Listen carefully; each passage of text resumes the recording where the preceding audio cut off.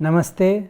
आज आप लोगों के लिए एक अलग टॉपिक है कि आत्मा जो है या जो एनर्जी है जो बॉडी को चलाता है वो क्या है और वो उसका महत्व क्या है बॉडी में आत्मा का। पहला फर्स्ट ऑफ ऑल कि ये जो आत्मा है ये आत्मा एक शक्ति है और आत्मा के अंदर 3 क्वालिटी होता है। 3 क्वालिटी जो है उस तीनों चीज़ों से आत्मा का गठन होता है। एक होता है मन, एक होता है बुद्धि, एक होता है संस्कार। तो मन, बुद्धि और संस्कार ये तीनों मिलके एक आत्मा का गठन होता है। पर आत्मा जो है वो ऐसा नहीं कि खुली आंखों से दिखा जाता है, वो एक शक्ति है। जैसे हमारे आसपास में मतलब जो बाकी जो शक्तियाँ, जैसे मान लीजिए कि वायु बोल सकते हैं, वायु को हम लोग फील करते हैं, हम लोग अपने ओपन आइज से नहीं देख सकते। तो वैसे ही आत्मा या सोल जो भी है वो एक शक्ति है जो इस बॉडी को चलाता है। आत्मा के अंदर जो शक्तियाँ हैं, जिस शक्तियों के चलते हम लोग इस चीज़ को और आगे बताएंगे कि हर किसी को सुख, शांति, आनंद, प्रेम, पवित्रता, ये सारे चीज़ बहुत बहुत प्यारे लगते हैं। हर किसी को सुख चाहिए, हर किसी को शांति चाहिए, हर किसी को आनंद चाहिए। क्यों चाहिए? इसलिए चाहिए क्योंकि वो आत्मा की क्वालिटी है। हर आत्मा के अंदर, हर सोल के अंदर वो क्वालिटीज़ रहता है। अभी मान लीजिए कि इस चीज़ को मैं और अच्छा क्लैरिफाई करता हूँ आपको कि सपोज़ मान लीजिए कि बरसात के दिनों में आप किसी के घर में गए हैं। सपोज़ मान लीजिए कि मैं किसी एक फ्रेंड के घर में गया हूँ और बाहर बहुत बारिश हो रहा है। तो मेरे फ्रेंड ने मेरे को बताया कि बाहर एक बहुत अच्छा बारिश हो रहा है, चलो एक कप चाय पी लेते हैं।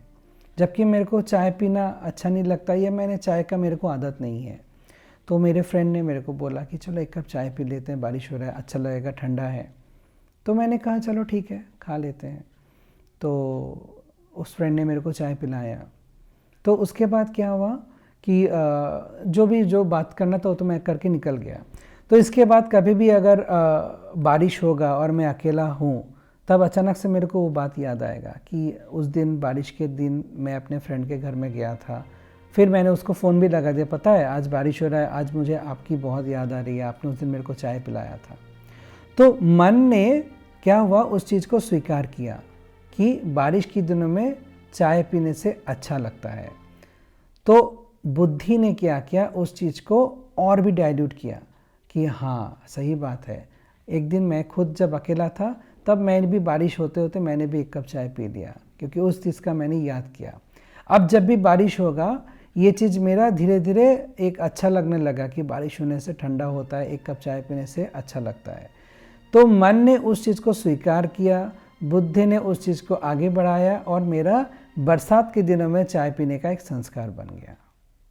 तो ऐसा होता है आत्मा का क्वालिटी का। तो जो हम चीज़ को स्वीकार करेंगे, जो चीज़ हमारे सामने आएगा और उस चीज़ को अगर हम कंटिन्यू करते रहेंगे, वो हमारा संस्कार बन जाता है। ऐसे ही सपोज़ मान लीजिए कि कोई एक बच्चा बचपन में किसी एक दोस्त के घर गया और उस दोस्त ने उसको बोला कि पता है मेरे पापा ने रूम में बहुत सारे पैसे रखे हैं और तू अगर चाहे तो चल, मैं और तू जाके बाहर से थोड़ा कुछ मिठाई खा के आते हैं, उस पैसे लेके, पापा को उतना पता नहीं पड़ेगा। तो दूसरा जो फ्रेंड को उसने बताया तो फ्रेंड ने उस चीज़ में राज़ी भी हो गया। फिर एक दिन ऐसा किया कि उसका फ्रेंड का पिताजी जब घर में नहीं था तो दोनों ने मिलकर वहाँ से पैसा निकाल के मिठाई खाने के लिए गया।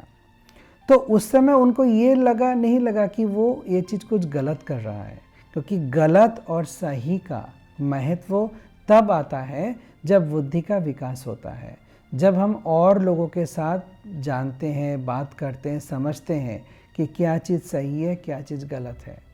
तो ये बच्चा जब धीरे धीरे बड़ा होते गया तो उसके अंदर वो चीज़ थोड़ा थोड़ा करके बैठ गया कि हाँ, घर में अगर कोई नहीं है और घर में अगर पैसा पड़ा हुआ है तो मैं उसको निकाल के अगर कुछ खा लेता हूँ तो मुझे बहुत अच्छा लगता है, लेकिन मेरे को छुप छुप के करना है। तो छुप छुप के क्यों करना है ये मेरे को उस समय पता नहीं पड़ा, लेकिन जब मैं धीरे धीरे बड़ा होते गया उस छुप छुप के वाला चीज़ को दुनिया वाले चोर बोलते हैं या चोरी करना बोलते हैं। तो उसके अंदर वो गलत चीज़ नहीं था, उसके अंदर वो अच्छाईपन था। अब गलतपन और अच्छाईपन दो अलग चीज़ हो गया। तो ऐसे ही करके हर किसी के अंदर अच्छाई और बुराइयाँ बचपन से बोलिए या पिछले जन्मों का कोई एक संस्कार बोलिए या संग का असर बोलिए, हर किसी के अंदर वो अलग अलग रहता ही है, किसी में अच्छाई किसी में बुराई।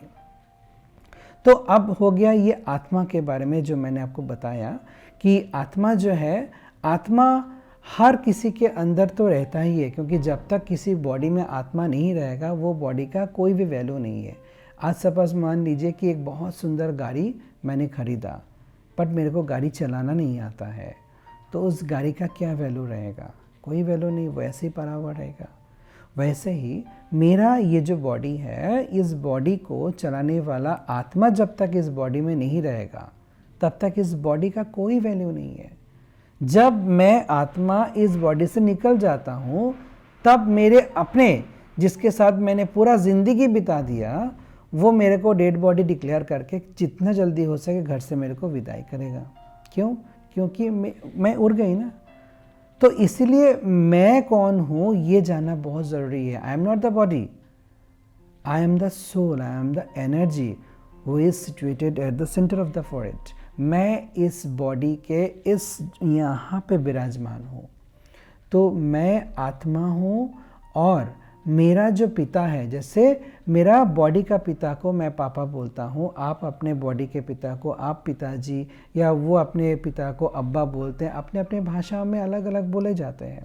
तो हर किसी का बॉडी का फादर अलग अलग है, बट आत्मा का पिता एक ही है, उसको परमात्मा कहा जाता है। तो परमात्मा जो है वो परम धाम में रहता है, वो जन्म मृत्यु में नहीं आता है। ये आध्यात्मिक लैंग्वेजेस में आपको बता रहा हूँ, इस चीज़ को आप और भी अच्छी तरह जान सकते हैं। इसके लिए आपको थोड़ा सा समय निकालना पड़ेगा कि ब्रह्मा कुमारीज ईश्वरीय विश्वविद्यालय जो ऑल ओवर वर्ल्ड में, इंडिया में तो है ही, ऑल ओवर वर्ल्ड में छाया हुआ है, तो यहाँ पे आके आप और अच्छी तरह जान पाएंगे। क्योंकि मैंने अभी तो आपको थोड़ा समय के लिए बताया, अब आपके मन में बहुत सारे सवाल भी आते होंगे कि हमने तो इस तरह की बातें कभी सुने नहीं थे, आत्मा का मतलब तो हम लोग कोई डरावना एक भूत टाइप का कुछ दिखते थे। तो वो हम लोगों का एक सोच, एक कल्पना है, ऐसा नहीं है। आत्मा जो है वो एक छोटा सा पॉइंट ऑफ लाइट है, वो एक एनर्जी है। और हमारा जो पिता है वो भी परमात्मा, वो भी एक छोटा सा पॉइंट ऑफ लाइट है। लेकिन हमने आज तक परमात्मा या भगवान को अलग अलग नाम से, अलग अलग रूप से जाना है, पहचाना है। इसमें हमारी आपकी कोई गलती नहीं है, क्योंकि ये बहुत काल से चला आया है। लेकिन अब वो समय आ गया है कि हमको डायरेक्टली परमात्मा के साथ जुड़ने का मौका मिला है। तो मैं आप लोगों को ये विनती करता हूँ कि आप लोग अपना कीमती समय से रोज़ कम से कम आधा से पौने 1 घंटा टाइम निकाल के अपनी नज़दीकी ब्रह्मा कुमारीज ईश्वरीय विश्वविद्यालय में आइए। वहाँ पे 7 डेज़ का कोर्स है, बिल्कुल फ्री ऑफ कॉस्ट, आपको एक भी पैसा नहीं देना पड़ेगा। लेकिन देना पड़ेगा तो आपका थोड़ा सा वैल्यूएबल टाइम देना पड़ेगा। उस वैल्यूएबल टाइम के बदले आपको बहुत कुछ नया जानने को मिलेगा। तो आपको मैं फिर से हमारे ब्रह्मा कुमारीज ईश्वरीय विश्वविद्यालय की ओर से फिर से आपको वेलकम करता हूँ। ओम शांति।